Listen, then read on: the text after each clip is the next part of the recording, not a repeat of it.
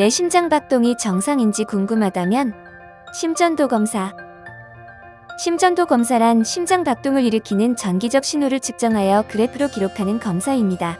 심장 박동이 규칙적인지, 심장의 벽이 두꺼워졌는지, 심장 혈관이 좁아져 있는지 등과 같은 심장 기능을 확인하기 위한 가장 기본적인 검사입니다. 심전도 검사는 검사 시간이 짧고 통증이나 불편감이 거의 없는 간단한 검사이며 침대에 누운 상태로 가슴과 양쪽 손발에 전극을 부착하고 3에서 5분가량 심전도 기기에서 전기적 신호를 측정하는 방법으로 진행됩니다. 심전도는 편안한 상태로 측정해야 하며 검사 중 말을 하거나 움직이지 않아야 합니다. 검사 직전에 흡연이나 음주, 커피나 카페인 음료를 마시거나 운동 후 숨이 찬 상태라면 정확하지 않은 결과가 나올 수 있습니다. 심전도 검사는 심장 두근거림, 가슴의 통증, 숨이 자주 차는 등 심장과 관련된 증상이 있거나 심혈관 질환 또는 고혈압, 당뇨병과 같이 심혈관계에 영향을 주는 질환이나 위험 요인이 있는 경우 시행되며 통증이 거의 없고 검사 비용이 저렴하지만 심장과 관련된 많은 정보를 얻을 수 있기 때문에 종합건강검진을 받을 경우 대개 기본적으로 포함되는 검사이기도 합니다. 그 외에도 수술 전 환자에게 전신마취 전 심장 기능을 확인하기 위한 기본 검사로 시행되기도 합니다. 검사 주기는 대상자의 질환과 위험 요인, 의사의 진단에 따라 결정됩니다. 심장과 관련된 증상이 있거나 증상이 변화한다면 매 4원씩 검사할 수 있으며 심장 질환의 위험 요인을 가지고 있는 경우라면 통상적으로 연 1회 정도의 주기로 검사할 수 있습니다. 심전도 검사 결과 무슨 뜻인가요? 심전도 검사 결과가 정상이에요.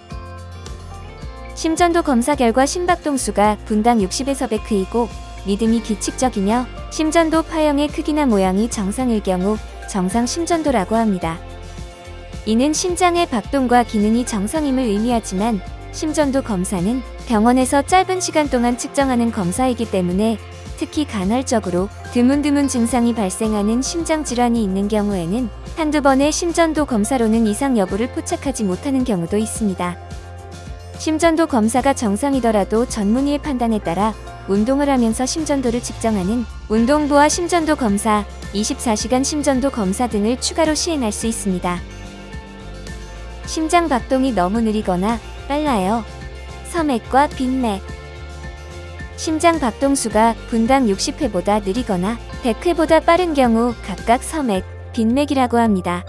심박수가 느린 서맥은 운동으로 단련된 사람에게 흔하며 일부 혈압약의 부작용, 갑상선 기능 저하증 등에서 나타납니다. 심박수가 빠른 빈맥은 빨리 걷거나 달린 뒤, 커피를 마신 뒤 불안하거나 초조할 때, 열이나 통증, 탈수, 빈혈, 갑상선 기능 항진증 등에서 나타날 수 있습니다.